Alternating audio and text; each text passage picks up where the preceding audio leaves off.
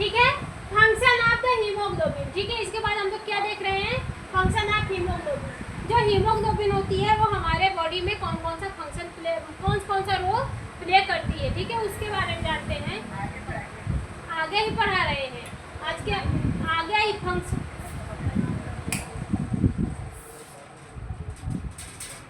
आगे हमारा क्या है, फंक्शन ऑफ हीमोग्लोबिन। ठीक है, कौन सा है, फंक्शन ऑफ हीमोग्लोबिन।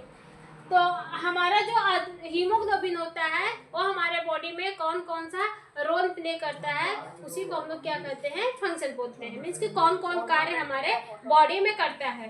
ठीक है, तो कौन कौन सा कार्य करता है, ऑक्सीजन ट्रांसपोर्ट का काम करता है। ठीक है, और क्या करता है, कार्बन डाइऑक्साइड ट्रांसपोर्ट का काम करता है, बफर एक्शन देता है, और हमारे जो रेड कलर होते हैं हमारे आरबीसी को क्या करता है, RBC cell, RBC red colour cell, RBC जो होती है, रेड ब्लड सेल्स जो होती है, उसको क्या करता है, रेड कलर देने का काम करता है। ठीक है, ऑक्सीजन ट्रांसपोर्टेशन में क्या करता है, ये लंग्स से ऑक्सीजन को लेता है और हमारे बॉडी तक छोड़ देता है। ठीक है, from lungs to the body.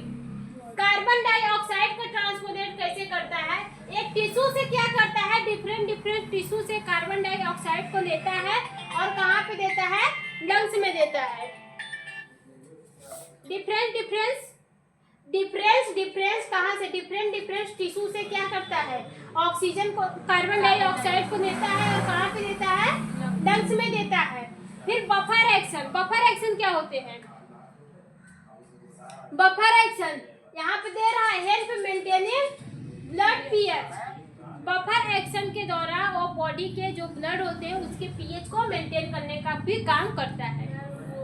Blood का पीएच 7.4 ना, 7.4। ब्लड क्षारी होता है कि अम्लीय होता है, ब्लड क्षारी होता है। ब्लड क्षारी होता है कि अम्लीय होता है, यही बनता है ना ग्राफ, यही ये बीच वाला, ये वाला एसिडिक होता है, ये न्यूट्रिएंट होता है ना, न्यूट्रल होता है, न्यूट्रल होता है, और ये हमारा क्या होता है, का कॉल आ रहा है, बेसिक होता है। वो क्या होता है, क्षारी होता है, मतलब कम होता है, कम क्षारी होता है, कम बेसिक नेचर का होता है। ठीक है, और जिसका यहाँ तक ज्यादा होता है वो, जैसे यहाँ पे 0.1 हो गया, अगर 0.1 हो गया, यहाँ पे मान लीजिए 1 हो गया जिसका, तो क्या होता है, वो बहुत ही क्षारी होता है, क्षारी होता है। नहीं यार, यहाँ पे कितना कैसे पीएच काउंटिंग होता है, जिसका 0.1 होता है, जिनका 0.4 होता है, सॉरी जिसका 7.4 होता है, वो बहुत ही कम क्या होता है, क्षारी होता है, मतलब बेसिक नेचर का होता है। और जिसका 7.0 होता है वो बहुत ही हाईएस्ट क्या होता है, बहुत ही ज्यादा बेसिक नेचर का होता है। ठीक है, यहाँ से कम, यहाँ से ज्यादा, और यहाँ से कम, यहाँ पे ज्यादा। बात समझ में आ रही है कि नहीं आ रही है, इसको हम फिर से समझाते हैं। ठीक है, कभी टॉपिक मिला तो हम बताएंगे अच्छे से।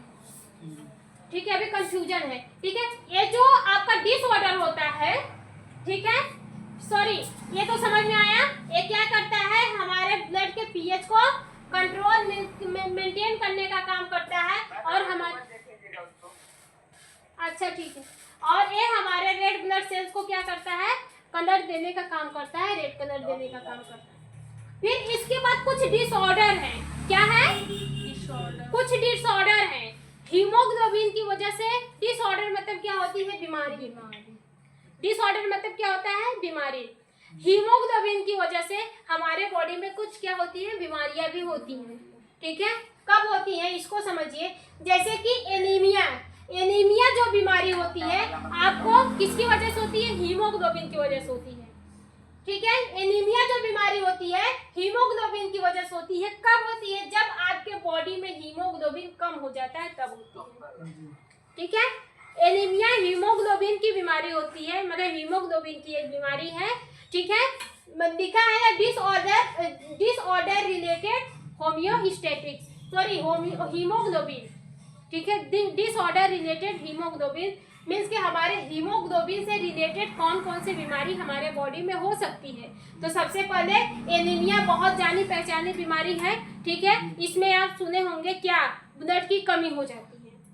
तो ब्लड में किसकी कमी होती है, हीमोग्लोबिन की कमी होती है। ब्लड में हीमोग्लोबिन की कमी हो जाती है मीन्स कि हीमोग्लोबिन हमारा लो हो जाता है और क्या होता है, लो लेवल का हो जाता है, मतलब कम हो जाता है। तो कौन सी बीमारी होती है, एनीमिया होती है, ठीक है। बात समझ में आई। इसमें आपको क्या वीकनेस देखने को मिलेगा, बॉडी आपकी कमजोर रहेगी। फटीग मतलब आपको बुखार भी देखने को मिलेगा, बॉडी में दर्द भी देखने को मिलेगा, सब एक साथ मिलेगा। फटीग मतलब बुखार और दर्द होता है, ठीक है। बात समझ में आई। फिर इसके बाद आपका दूसरा कौन है, पॉलीसाइथेमिया। कौन सा है, पॉलीसाइथेमिया है।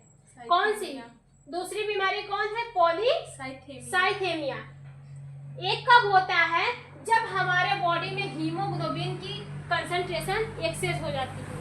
मीन्स कि जब हमारे बॉडी में हीमोग्लोबिन बढ़ जाता है तब आपको कौन सी बीमारी देखने को मिलती है, पॉलीसाइथेमिया देखने को मिलता है। बात समझ में आ रही है। Yes ma'am. कब आता है, जब हीमोग्लोबिन बढ़ जाता है। फिर इसके बाद आपका है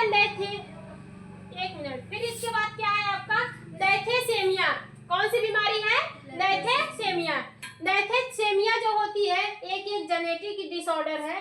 कब होता है, जब इसका प्रोडक्शन ही नहीं होता है, आरबीसी वही सर का फेसबुक से आ रहा है, हाँ। प्रोचिल लिखा है, क्या है, सोचिए। इसको कौन बहुत परेशान करते हैं,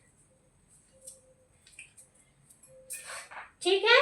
तो जो आपकी थाइसेमिया होता है, थाइसेमिया एक टाइप की क्या है, जेनेटिक डिसऑर्डर है, ठीक है। क्या है, जेनेटिक डिसऑर्डर है। ये कब होता है, जब आपके बॉडी में आरबीसी का प्रोडक्शन ही कम हो जाए।